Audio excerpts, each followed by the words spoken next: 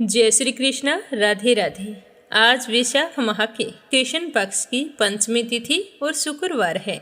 जिस तरह नेत्रों के समान ज्योति नहीं, भोजन के समान तृप्ति नहीं, आरोग्य के समान आनंद नहीं, केशव के समान रक्षक नहीं, उसी तरह वैशाख के महीने के समान दूसरा कोई महीना नहीं है। शेष नाग पर विराजमान भगवान श्री हरि विष्णु को वैशाख का महीना बहुत ही प्रिय है। अगर कोई व्यक्ति अपने जीवन काल में वैशाख के महीने स्नान करके व्रत नहीं करता है तो वह सभी धर्मों से बहिष्कृत हो जाता है और उसे अगले जन्म में पशु की योनि प्राप्त होती है और उसका मनुष्य जीवन व्यर्थ ही चला जाता है। इस बात का जिक्र नारद जी ने राजा अम्बरीश के सामने किया था, जिसका वर्णन स्कंद पुराण में दिया गया है। तो आप सभी विष्णु भक्तों की मंगल कामना करते हुए शुरू करते हैं आज की कथा। प्रेम से बोलो गणेश जी महाराज की जय हो। एक बार एक नगर में एक मालिन रहती थी। बीमारी के चलते उसके पति की मौत हो चुकी थी। उसके एक 4 साल का बेटा था। वह उसी के सहारे अपना जीवन यापन करती थी। उसकी सास बहुत ही कठोर हृदय वाली थी। हमेशा अपनी बहू को ताने मारती, कहती, कलंकनी निर्भाग कहीं की मेरे बेटे को खा गई। वो चाहे कितना भी काम करे, अपनी सासू माँ की सेवा करे, पर उसकी सास के मुख से कभी भी उसके लिए एक प्यार का शब्द भी नहीं निकला। उसे दुखी देखकर उसकी सास को कभी भी दुख नहीं होता। वो कभी नहीं सोचती कि इस उम्र में पति को गंवाने के बाद बेचारी कितनी दुखी रहा करती होगी। इन सब बातों को नज़रअंदाज करते हुए वह हर समय अपनी बहू के साथ लड़ाई करती थी, जितनी हो सके तकलीफ देती थी। फिर भी उसकी बहू सामने बोलकर कुछ नहीं कहती, तो इतने से भी उसकी सास का मन नहीं भरा। एक दिन उसने अपने गुस्से के चलते अपने पोते और बहू को घर से निकाल दिया। दोनों माँ बेटे रोते रोते घर से चल पड़े। चलते चलते एक जंगल में पहुँच गए। वहाँ जाकर एक बड़े से पेड़ के नीचे बैठ गए। वहाँ से थोड़ी ही दूरी पर एक गणेश जी का मंदिर था। वहाँ पर बहुत सारे लोग गणेश जी के दर्शन करने आते, वहाँ प्रसाद चढ़ाते और फिर वहाँ मौजूद लोगों को बांट देते। तो वो माँ बेटे दोनों गणेश जी के मंदिर में गई। वहाँ जाकर उसकी माँ कहने लगी कि गणेश जी महाराज, मुझसे ऐसी क्या गलती हो गई जिसकी मुझे आप इतनी बड़ी सज़ा दे रहे हैं। पहले मुझसे मेरे पति को छीन लिया और अब मुझे घर से बेघर कर दिया। अब मैं मेरे बेटे के साथ कहाँ जाऊँ, क्या करूँ, कहाँ रहूँ? अब आप ही मुझे कोई रास्ता दिखाएं। आज आपके सिवा हमारे माँ बेटे का कोई नहीं है। फिर माँ बेटे दोनों मंदिर के आगे बैठ गए। जो लोग गणेश जी का प्रसाद वहाँ पर बांटते, उसी प्रसाद को खाकर माँ बेटे अपना गुजारा करने लगे। सुबह शाम दोनों माँ बेटे गणेश जी की पूजा पाठ करते। एक दिन बैठे बैठे गणेश जी की कृपा से उन दोनों के मन में आया कि क्यों ना हम जंगल से फूल लाकर बेचें। यहाँ पर रोजाना लोग आते हैं, अगर हम फूल माला बनाकर बेचेंगे तो यहाँ आने वाले लोग पूजा के लिए फूल जरूर खरीदेंगे। तो इस तरह सोचकर दोनों माँ बेटे सुबह जल्दी जंगल में से फूल लाकर फूल माला बनाकर वहाँ पर बैठ जाते। जब गणेश जी के भक्त वहाँ पर आते तो उससे फूल खरीदते और बदले में उन्हें कुछ रुपए दे देते। तो इस तरह फूल बेचते बेचते कई दिन हो गए। तो कुछ रुपए इकट्ठे हो गए, तो उन्हीं रुपयों से वो पूजा की सामग्री और प्रसाद भी लाकर बेचने लगे। गणेश जी की कृपा से आमदनी बढ़ने लगी। धीरे धीरे उनके पास इतना रुपया इकट्ठा हो गया कि उन्होंने एक मकान बना लिया और पास ही में एक दुकान बना ली। अब उस दुकान के अंदर पूजा की सारी सामग्री, मिठाइयाँ, फूल, दुर्वा घास गणेश भक्तों के लिए हर समय मौजूद होता। तो सुविधा के लिए सारे लोग वहीं पर आकर उन्हीं की दुकान से सारा सामान खरीदते। तो वहाँ पर एक राजा की लड़की थी जो रोजाना मंदिर में पूजा करने आती थी और मालिन की दुकान से ही सामान खरीदती थी। तो मालिन के बेटे को देखकर राजकुमारी उस पर मोहित हो गई और उससे विवाह करने की सोचने लगी। एक दिन उसने अपनी भाभी से अपने मन की बात कही। तो भाभी अनुभवी थी। उसने कहा कि ननंद बाईसा, यह तो मालिन का बेटा है और तुम एक राजा की बेटी हो। अगर तुम्हारा विवाह इस मालिन के बेटे के साथ किया गया तो इससे हमारी बड़ी बदनामी होगी। पर राजकुमारी नहीं मानी तो उसकी भाभी ने राजकुमारी की माँ यानी कि अपनी सास से यह बात कही कि हमारी बेटी मालिन के बेटे से प्यार करती है और उसी से शादी करना चाहती है। तो उसकी माँ और पिताजी ने उसे बहुत समझाया, पर वो कहने लगी कि मैंने तो प्रतिज्ञा कर ली है, अगर मैं शादी करूँगी तो उसी से करूँगी, नहीं तो मैं शादी नहीं करूँगी। तो राजा कहने लगा कि बेटा, जब तुमने प्रतिज्ञा कर ली है तो मैं तुम्हारी प्रतिज्ञा को कभी नहीं तोड़ूंगा। तो राजा खुशी खुशी अपनी बेटी का विवाह करने के लिए तैयार हो गई और उन्होंने बड़े धूमधाम से अपनी बेटी का विवाह मालिन के बेटे के साथ कर दिया। मालिन ने सबसे पहले बेटे बहू को गणेश जी के मंदिर में ले जाकर पूजा पाठ करवाया और गणेश जी का आशीर्वाद दिलवाया। उसके बाद पूरे नगर में यह बात फैल गई कि गणेश जी की पूजा करने से सारे दुख दर्द दूर हो जाते हैं। ये माँ बेटे यहाँ पर आए थे तो बिल्कुल ही गरीब थे। इनके पास खाने के लिए अनाज और पहनने के लिए कपड़े भी नहीं थे। और देखो, गणेश जी की कृपा से इनके पास कितना धन हो गया है। और आज इस लड़के की शादी राजकुमार की बेटी के साथ हो गई है। तो सारे गांव वाले उसी गणेश मंदिर पर पूजा करने के लिए आने लगे और उन्हीं की दुकान से सामान खरीदते। तो ऐसा करने से मालिन के बेटे का काम दिन दुगना रात चौगुना तरक्की करने लगा। और उधर जिस दिन से मालिन की सास ने उन माँ बेटे को घर से निकाला था, उसी दिन से उसके अन्नदाता रूठ गए थे। उसके घर में घाटा लगने लगा और सारा सामान बिक गया। धीरे धीरे वह समय भी आ गया जब उस बुढ़िया को एक समय का भोजन भी नसीब नहीं होता था। उसे भूखा मरता देखकर गांव के लोग उस पर बिल्कुल भी दया नहीं दिखाते थे। कहते थे कि अपनी बेचारी विधवा बहू को किस तरह से लड़ाई करके इसने घर से बाहर निकाल दिया है, तो अपनी करनी का फल भुगत रही है। वो तो बेचारी आज ना जाने कहाँ होगी। पहले तो भगवान ने उससे उसका पति छीन लिया और फिर एकमात्र घर का सहारा था जो इस बुढ़िया ने छीन लिया। तो यह सुनकर बुढ़िया को अपने किए पर बहुत ही पछतावा होता और गांव वालों की बेरुखी देखकर एक दिन वो रोती बिलखती गांव छोड़कर निकल गई और चलते चलते उसी जंगल में पहुंच गई जहां गणेश जी का मंदिर था।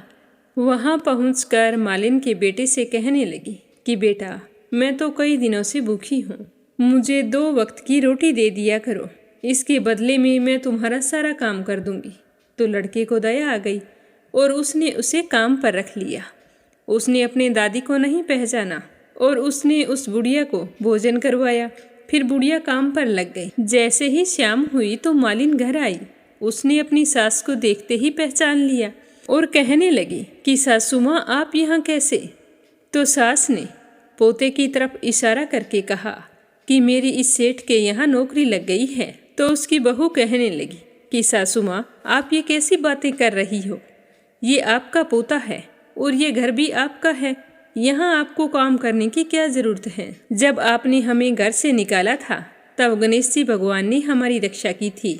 तो यह देखकर वो बुढ़िया बड़ी ही हैरान हुई और अपनी बहू से कहने लगी कि बेटा, मुझसे गलती हो गई, मैंने मेरे करने का फल भोग लिया है। तुम्हें घर से निकालने के बाद घर में जो कुछ था सब कुछ नष्ट हो गया। मुझे तो खाने के लिए अन्न का एक दाना तक नसीब नहीं होता था और ऊपर से सारे गांव वालों ने मुझसे मुख मोड़ लिया। तभी तो मैं घर छोड़कर निकल गई। बेटा, मुझे मेरी करनी पर बहुत ही पछतावा हो रहा है, तुम मुझे माफ़ कर दो। तो उसकी बहू कहने लगी कि माँ जी, कभी माँ भी अपने बच्चों से माफ़ी मांगती है? जो हुआ सो हुआ, उसे भूल जाओ और खुशी खुशी अपने पोते का सुख देखो। तो वह बुढ़िया सोचने लगी कि मेरी बहू कितनी अच्छी है और मैं इसे कभी भी पहचान नहीं सकी। आज मेरे पास कुछ नहीं है और इसके पास सब कुछ है, फिर भी ये देखो मुझे कितनी प्रेम पूर्वक अपने घर में रखकर मान सम्मान दे रही है। ऐसा सोचते हुए उस बुढ़िया की आंखों से खुशी के आंसू चल पड़े। हे गणेश जी महाराज, जैसा सुख आपने मालिन को दिया वैसा सुख सबको देना। जो आपकी इस कथा को पूरे श्रद्धा भाव से सुने उसकी सारी मनोकामनाएं पूर्ण करना। बोलो गणेश जी भगवान की जय हो। आज वैशाख माह का शुक्रवार है, तो आज अपने सुनते हैं माँ अन्नपूर्णा माता के महाव्रत की कथा। तो प्रेम से कहिए अन्नपूर्णा माता की जय हो। एक समय की बात है, काशी में एक धनंजय नाम का आदमी रहता था। उसकी पत्नी का नाम था सुलक्षणा। धनंजय और उसकी पत्नी को वैसे तो कोई बात का दुख नहीं था। दोनों बहुत ही प्रेम भाव से रहते थे, लेकिन वो बहुत ही गरीब थे। यही उनके दुख का कारण था। यही दुख उन्हें हर समय सताता रहता था। एक दिन सुलक्षणा अपने पति से कहने लगी कि स्वामी, आप कोई काम करो तो हमारी गरीबी टले। ऐसे तो कैसे काम चलेगा? कब तक हम इस तरह बैठे रहेंगे? कोई काम तो करो। तो धनंजय के मन में अपनी पत्नी की बात बैठ गई और वो उसी दिन विश्वनाथ शंकर जी को प्रसन्न करने के लिए बैठ गया और कहने लगा कि हे देवादिदेव विश्वेश्वर, मुझे पूजा पाठ करना कुछ नहीं आता। मैं तो केवल आपके भरोसे बैठा हूँ। इस तरह विनती करके वह 2-3 दिन तक भूखा प्यासा बैठा रहा। यह देखकर भगवान शंकर ने उसके कान में कहा कि अन्नपूर्णा अन्नपूर्णा अन्नपूर्णा। तो इस प्रकार 3 बार कहा। तो धनंजय सोच में पड़ गया कि यह कौन था, क्या कह गया। 3 बार एक ही शब्द बोला कि अन्नपूर्णा अन्नपूर्णा अन्नपूर्णा। इसका क्या मतलब है? यह सोच रहा था कि तभी मंदिर से ब्राह्मण आ रहे थे। उन्हें देखकर पूछने लगा कि पंडित जी, अन्नपूर्णा कौन है? तो ब्राह्मण हंसने लगे कि तू जो 3-4 दिनों से अन्न छोड़ के बैठा है, तो तुझे अन्न की बात ही सूझेगी। अब तू घर जा और अन्न ग्रहण कर। तो धनंजय घर आ गया, अपनी पत्नी से सारी बात कही।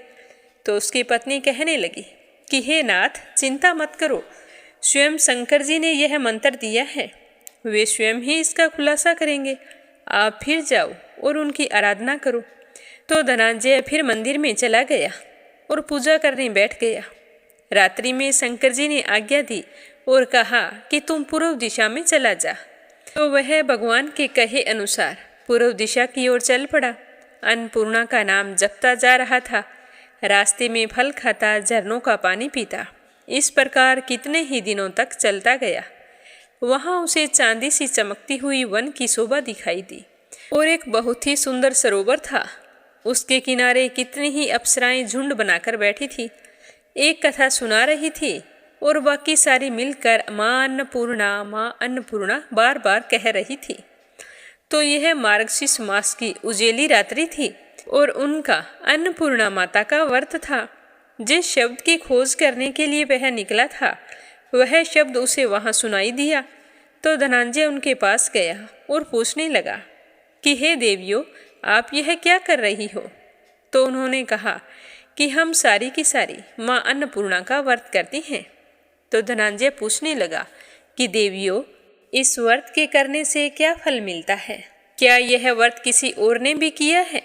इस व्रत को कब किया जाता है? कैसा व्रत है और इसकी पूजा विधि क्या है? सब कुछ मुझे विस्तार से बताओ।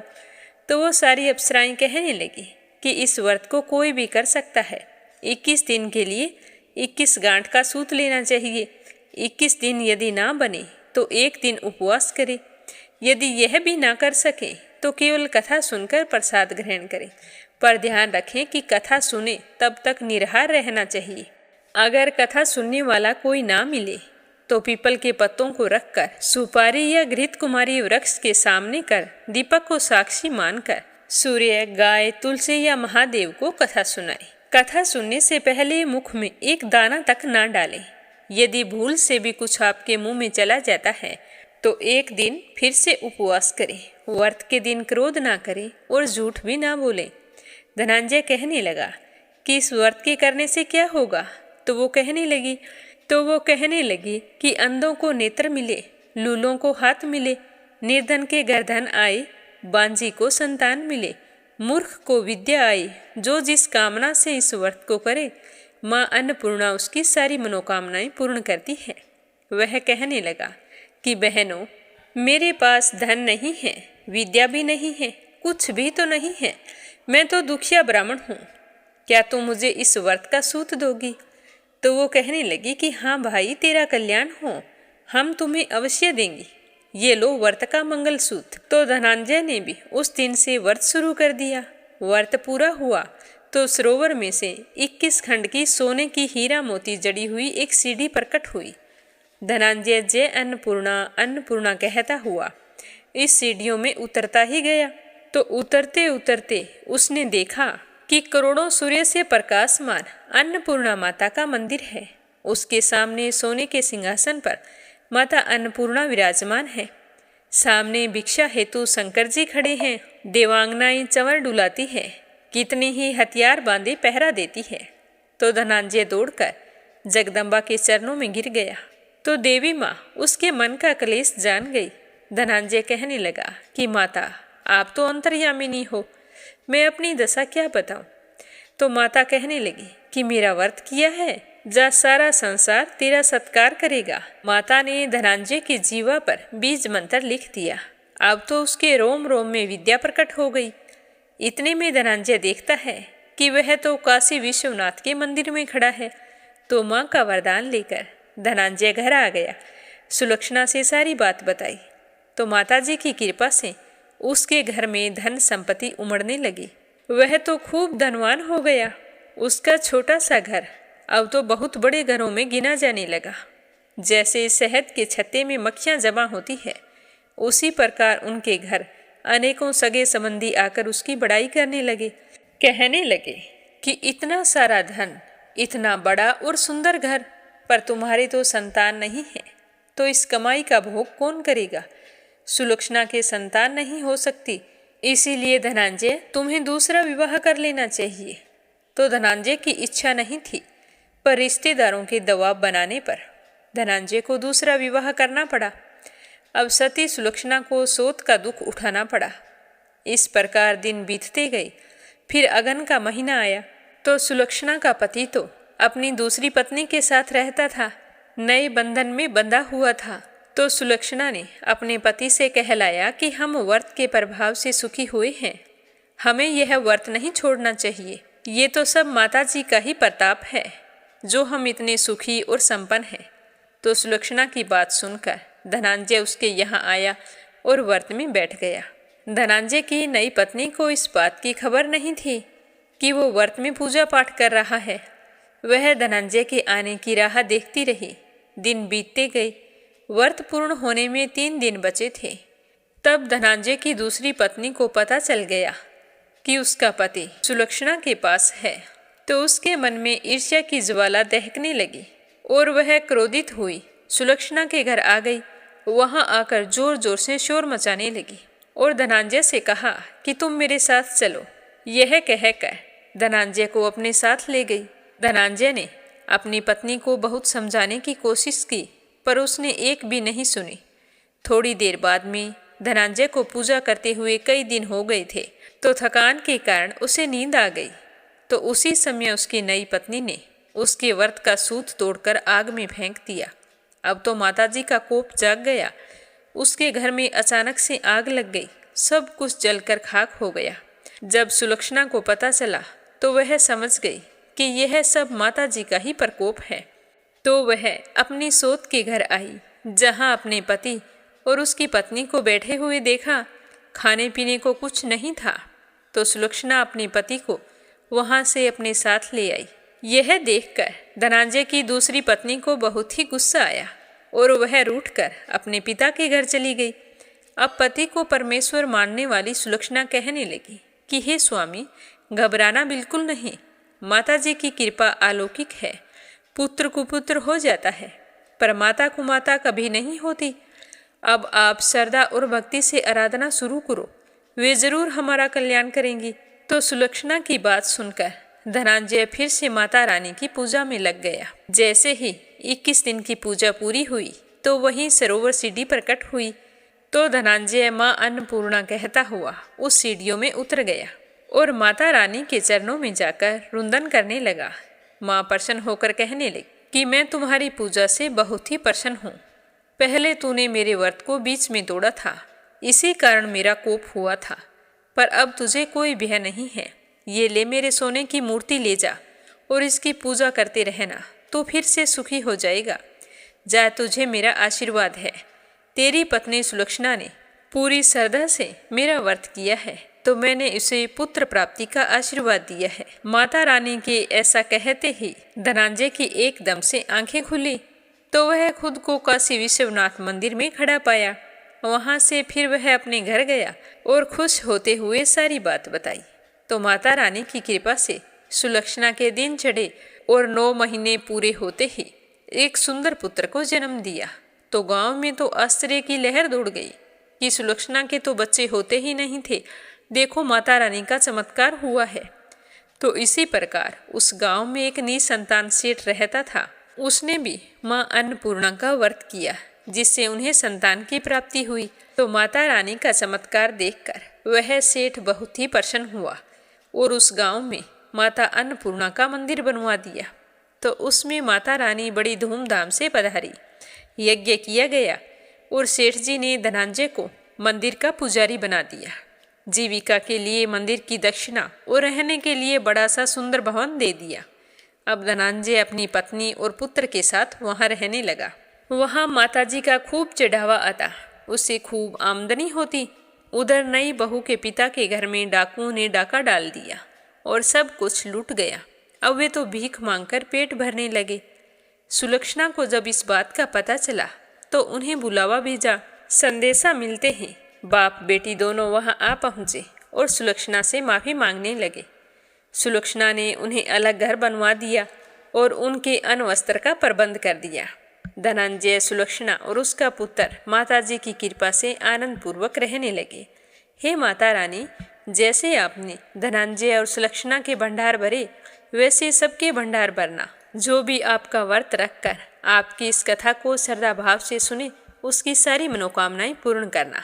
बोलो अन्नपूर्णा माता की जय हो। अब अपने सुनते हैं राजा मोरध्वज की कथा। प्राचीन समय की बात है। एक बार राजा युधिष्ठिर ने यज्ञ करवाया और उसके बाद उन्होंने ब्राह्मणों को इतना दान दिया कि वो अपने साथ उसे नहीं ले जा सके। तो यह देखकर अर्जुन भगवान श्री कृष्ण से कहने लगे कि हे मुरलीधर, मेरे भाई युधिष्ठिर जैसा भी कोई दानी इस संसार में है। तब श्री कृष्ण ने कहा कि हे अर्जुन, दान की लिस्ट में तुम्हारे भाई युधिष्ठिर का नाम सबसे नीचे आता है।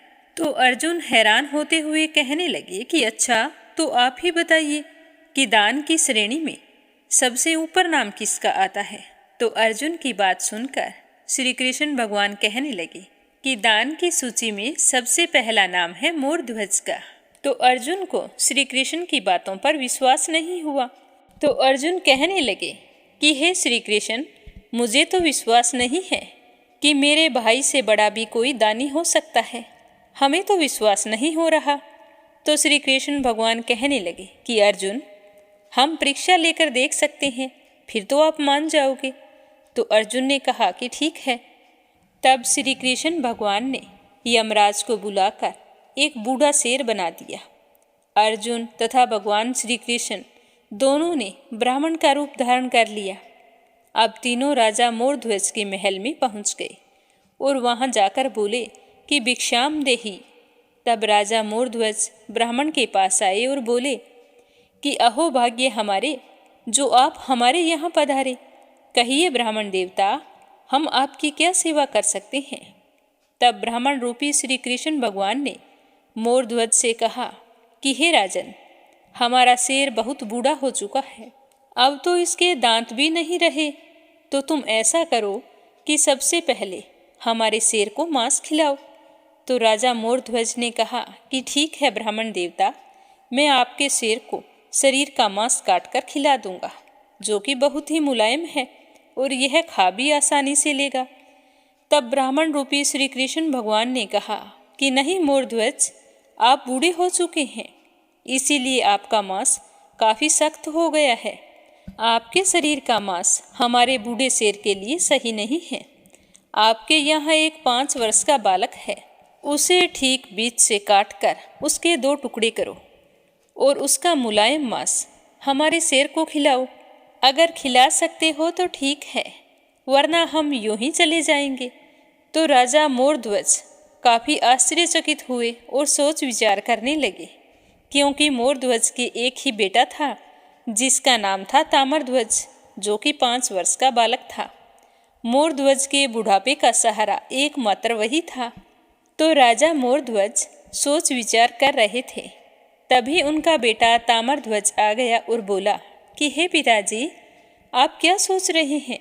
यह सोचने का समय नहीं है, आप अपने धर्म की रक्षा करो और खुशी खुशी हमारा बलिदान कर दो। मैं आपके कुछ काम आ सकूं तो यह मेरा सौभाग्य होगा। तब राजा मोरध्वज अपनी रानी के पास गए और सारी कहानी कह सुनाई और कहने लगे कि क्या इस काम में तुम मेरा साथ दोगे? तो रानी कहने लगी कि हे महाराज, धर्म की रक्षा के लिए मैं अनेक बालकों की कुर्बानी दे सकती हूँ, अतः आप धर्म का पालन करें। तब राजा मोरध्वज ने एक आरा मंगवाया।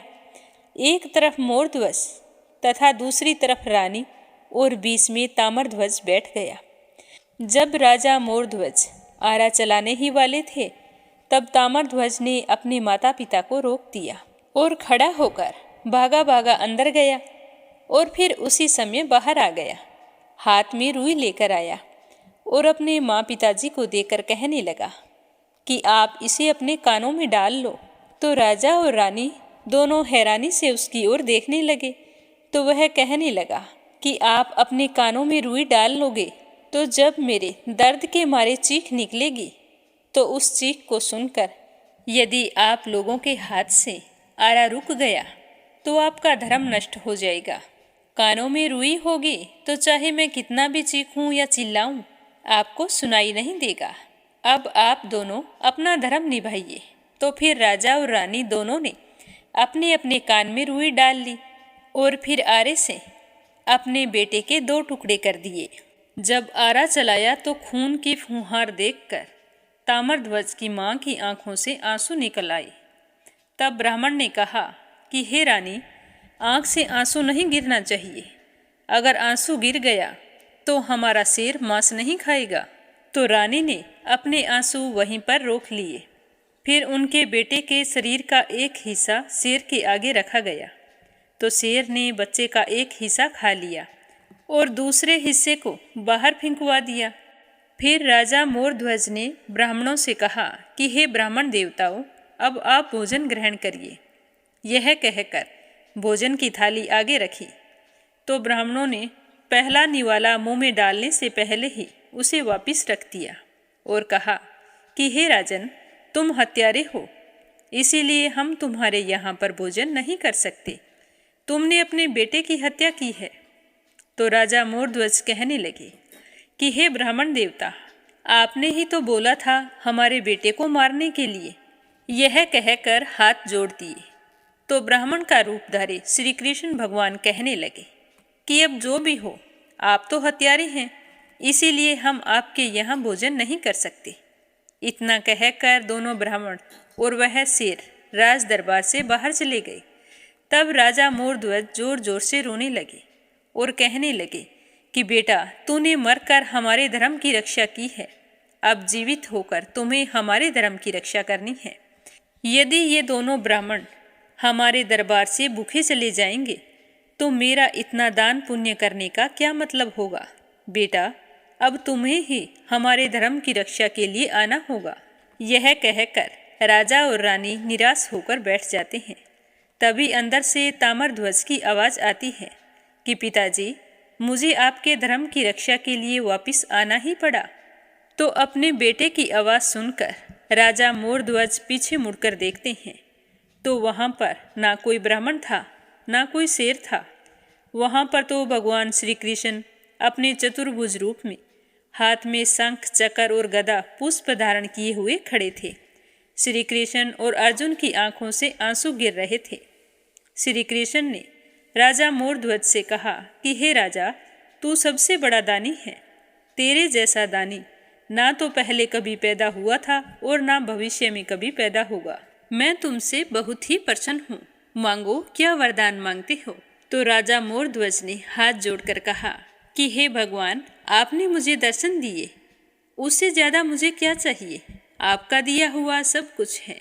आप मुझे आशीर्वाद दीजिए कि मैं हमेशा अपने धर्म की रक्षा करता रहूं। तो भगवान श्री कृष्ण उन तीनों को आशीर्वाद देकर अंतर्ध्यान हो गए और फिर अर्जुन से पूछने लगे कि क्या तुम्हें अब भी विश्वास नहीं हो रहा है। तो अर्जुन की आंखों में आंसू आ गए और उन्होंने भगवान श्री कृष्ण के सामने हाथ जोड़ दिए और कहने लगे कि मैंने आप पर विश्वास ना करके बहुत बड़ी गलती कर दी है। क्योंकि मुझे पता है कि आप कौन हैं। बोलो श्री कृष्ण भगवान की जय हो। बोलो राजा मोर ध्वज की जय हो। श्री हरि विष्णु भगवान के अनंत स्वरूपों की जय हो। देवऋषि नारद राजा अम्बरीश को वैशाख मास की महिमा बताते हुए कहते हैं कि हे राजन, भाव तथा भक्ति दोनों की अधिकता से फल में अधिकता होती है। धर्म की गति सूक्ष्म है, वह कई प्रकार से जानी जाती है।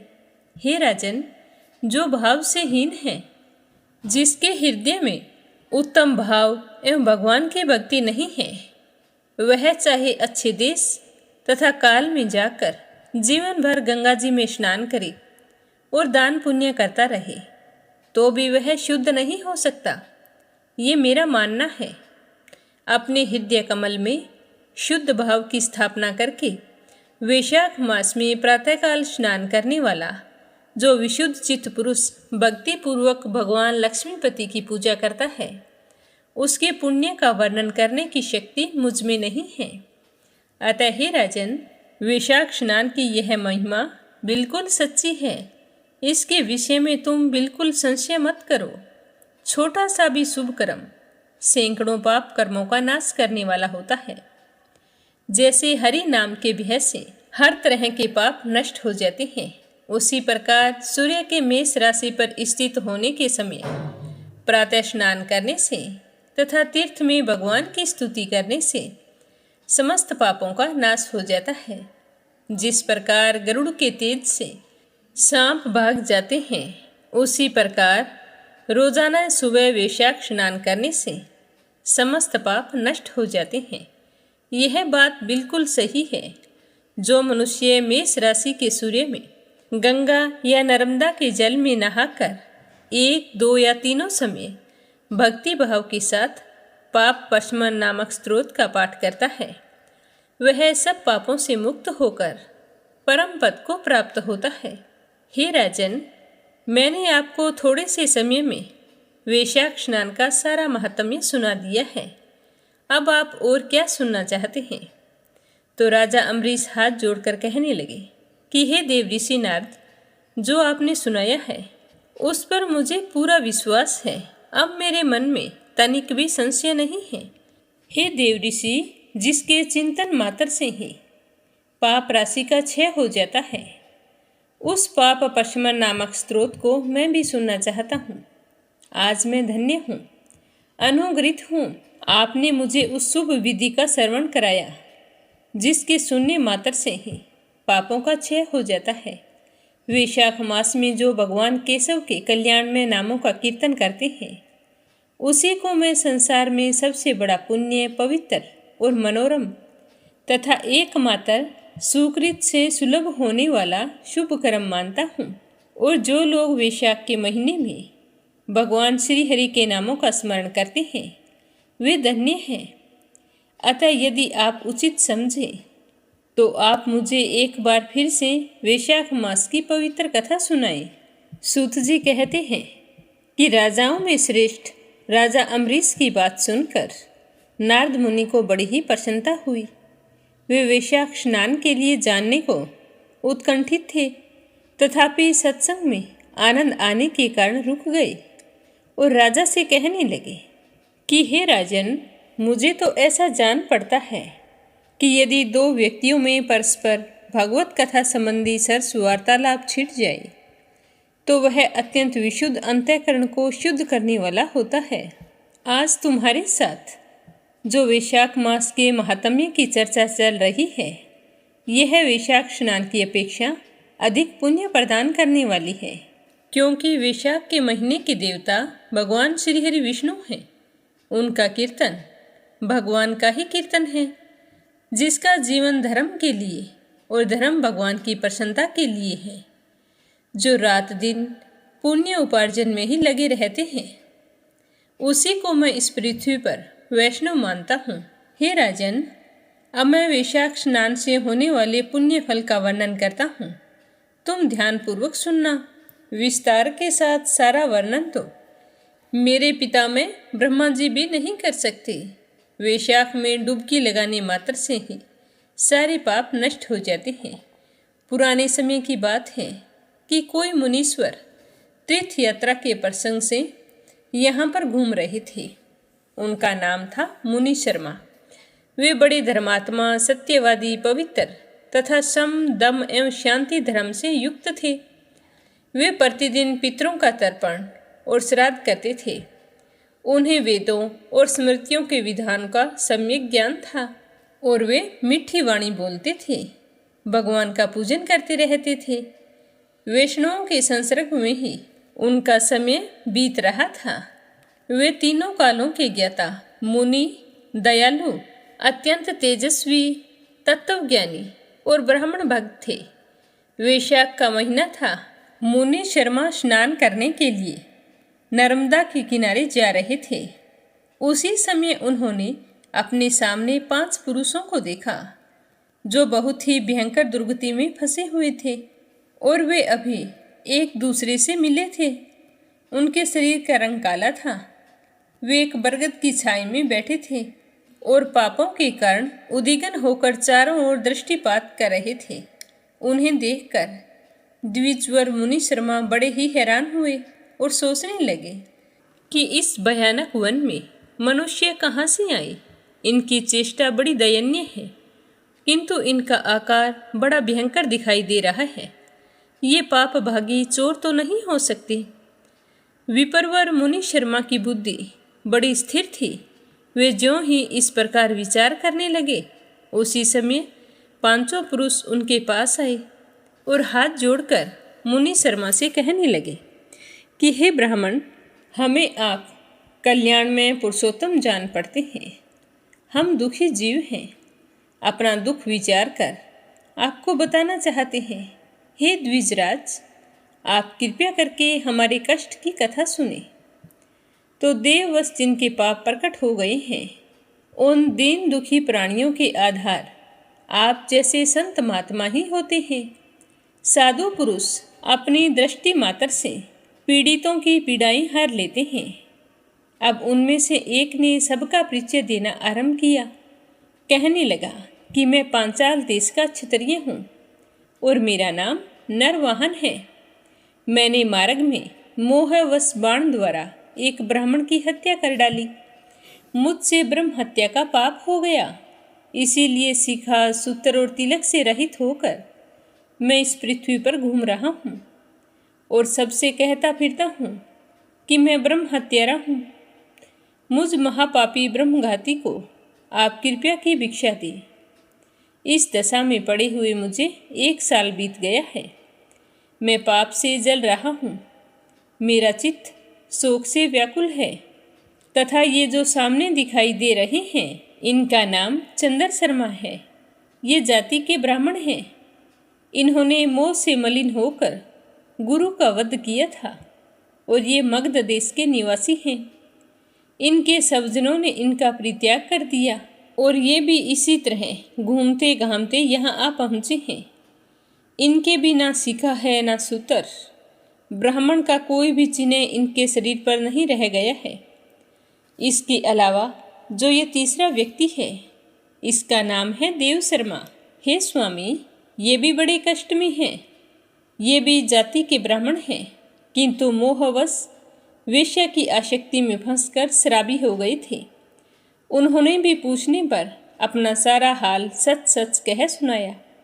अपने प्रथम पाप आचार को याद करके इनके हृदय में बड़ा संताप हुआ। ये सदा मन संताप से पीड़ित रहते हैं। इनको इनकी स्त्री ने, बंधु बांधवों ने तथा गांव वालों ने वहां से निकाल दिया है। तभी से ये उसी पाप के साथ भ्रमण करते हुए यहाँ पर आए हैं। और ये जो चौथे हैं, वे जाति के वेश्य हैं। इनका नाम विदुर है। ये गुरु पत्नी के साथ समागम करने वाले हैं। इनकी माता मिथिला में जाकर वेश्या हो गई थी। इन्होंने मोहवश 3 महीनों तक उसी का उपभोग किया है, परंतु जब असली बात का पता चला तो ये बहुत दुखी होकर पृथ्वी पर विचरते हुए यहाँ आ पहुँचे हैं। और हम सब में से जो ये 5वें दिखाई दे रहे हैं, ये भी वेश्य हैं। इनका नाम नंद है। ये पापियों का संसर्ग करने वाले महापापी हैं। इन्होंने प्रतिदिन धन के लालच में पड़कर बहुत बड़ी चोरी की है। पातकों से आक्रांत हो जाने पर इन्हें स्वजनों ने त्याग दिया है। तभी से ये स्वयं भी खिन्न होकर देवात यहाँ आ पहुँचे हैं। इस प्रकार हम 500 महापापी तथा एक स्थान पर जुट गए हैं। हम सब के सब दुखों से घिरे हुए हैं। अनेक तीर्थों में घूम आए हैं, मगर हमारा घोर पातक नहीं मिटता है। आपको तेज से उद्दीप्त देखकर हमारा मन प्रसन्न हो गया है और हमें लग रहा है कि आप हमें इस समस्या से जरूर निदान दिलाएंगे। आप जैसे साधु पुरुष के पुण्य में दर्शन से हमारे पातकों के अंत होने की सूचना मिलती है। हे स्वामिन, कोई ऐसा उपाय बतलाइए जिससे हम लोगों के पाप नष्ट हो जाएं। हे प्रभु, आप वेदार्थ के ज्ञाता और परम दयालु जान पड़ते हैं। आपसे हमें अपने उद्धार की बहुत बड़ी आशा है। तो उनकी बात सुनकर मुनि शर्मा कहने लगे कि तुम लोगों ने अज्ञानतावश पाप किया है, किंतु इसके लिए तुम्हारे हृदय में अनुताप है तथा तुम सबके सब सत्य बोल रहे हो। यही कारण है कि मुझे तुम्हारे ऊपर अनुग्रह करना होगा। यह मेरा कर्तव्य है। मैं अपनी भुजा उठाकर कहता हूँ, मेरी सत्य की बातें सुनो। पूर्व काल की बात है, जब मुनियों का समुदाय एकत्रित हुआ था, उस समय मैंने महर्षि अंगिरा के मुख से जो कुछ सुना था वही वेद शास्त्रों में भी देखा है। वह इसके लिए विश्वास करने योग्य है। मेरी आराधना से संतुष्ट हुए भगवान श्री हरि विष्णु ने पहले भी ऐसी ही बात बताई थी और वही बात आज मैं प्रेमवश तुम्हें सुनाने जा रहा हूँ। तुम ध्यानपूर्वक सुनना। भोजन से बढ़कर दूसरा कोई तृप्ति का साधन नहीं है। पिता से बढ़कर कोई गुरु नहीं है। ब्राह्मणों से उत्तम दूसरा कोई ब्राह्मण नहीं है। भगवान विष्णु से श्रेष्ठ कोई दूसरा देवता नहीं है। गंगा की समानता करने वाला कोई तीर्थ, गौदान की तुलना करने वाला कोई दान, गायत्री के समान जप, एकादशी के तुल्य व्रत और भार्या के सदृश मित्र, दया के समान धर्म तथा स्वतंत्रता के सम्मुख, गृहस्थाश्रम से बढ़कर आश्रम और सत्य से बढ़कर सदाचार नहीं है। इस प्रकार संतोष के समान सुख तथा वैशाख माह के समान महान पापों को हरने वाला दूसरा कोई नहीं है। वैशाख का महीना भगवान श्री हरि विष्णु को अत्यंत प्रिय है। गंगा आदि तीर्थों में वैशाख स्नान का सुयोग अत्यंत दुर्लभ है। उस समय गंगा, यमुना तथा नर्मदा की प्राप्ति कठिन होती है। जो शुद्ध हृदय वाला मनुष्य भगवान के भजन में हमेशा तत्पर रहे, पूरे वैशाख के महीने सूर्य उदय होने से पहले स्नान करता रहे, वह सब पापों से छूटकर परम गति को प्राप्त होता है। इसीलिए पुण्य के सारभूत इस वैशाख मास को तुम सभी पातकी मेरे साथ नर्मदा तट पर चलो और उसमें गोते लगाओ। नर्मदा के जल का मुनि लोग भी सेवन करते हैं। वह समस्त पापों का नाश करने वाला है। मुनियों के यूं कहने पर वे सारे के सारे पापी उनके साथ अद्भुत पुण्य प्रदान करने वाली नर्मदा की प्रशंसा करते हुए उस तट पर गए। किनारे पर पहुंचकर श्रेष्ठ मुनि शर्मा का चित्त प्रसन्न हो गया। उन्होंने वेदोक्त विधि के अनुसार नर्मदा जल में स्नान किया और उन 5 पापियों ने ब्राह्मण देवता के कहने पर नर्मदा में डुबकी लगाई। जो ही उनके शरीर का रंग बदल गया और वे उसी क्षण सोने के समान कांतिमान हो गए, तो वे सारे के सारे अपने आप को देखकर हैरान थे। उसके बाद उसी समय सोने के समान कांतिमान हुए और मुनि श्रेष्ठ ने सब लोगों के बीच में बैठकर उन्हें पाप प्रशमन नामक स्तोत्र सुनाया। हे राजन, तुम पाप प्रशमन नामक स्तोत्र सुनो। इसका भक्तिपूर्वक श्रवण करने से मनुष्य पाप राशि से मुक्त हो जाता है।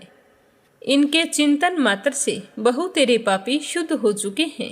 इसके अलावा बहुत सारे मनुष्य ऐसे भी हैं जो स्रोत का सहारा लेकर अज्ञान जनित पाप से मुक्त हो गए हैं। जब मनुष्यों का चित्त पराई स्त्री, पराई धन तथा जीव हिंसा आदि की ओर जाए तो इस प्रायश्चित रूप स्तुति की शरण लेनी चाहिए। इस स्तुति को सुनने सुनाने मात्र से ही मनुष्य का चित्त पराई स्त्री, पराई धन तथा जीव हिंसा आदि की ओर से दूर हो जाता है। तो अब मैं तुम्हें प्रायश्चित रूप स्तुति सुना रहा हूँ, तुम ध्यान पूर्वक सुनना। तो यह सुनेंगे अपने कल के अध्याय में। तो प्रेम भाव से कहिए, श्री हरि विष्णु भगवान के अनंत स्वरूपों की जय हो।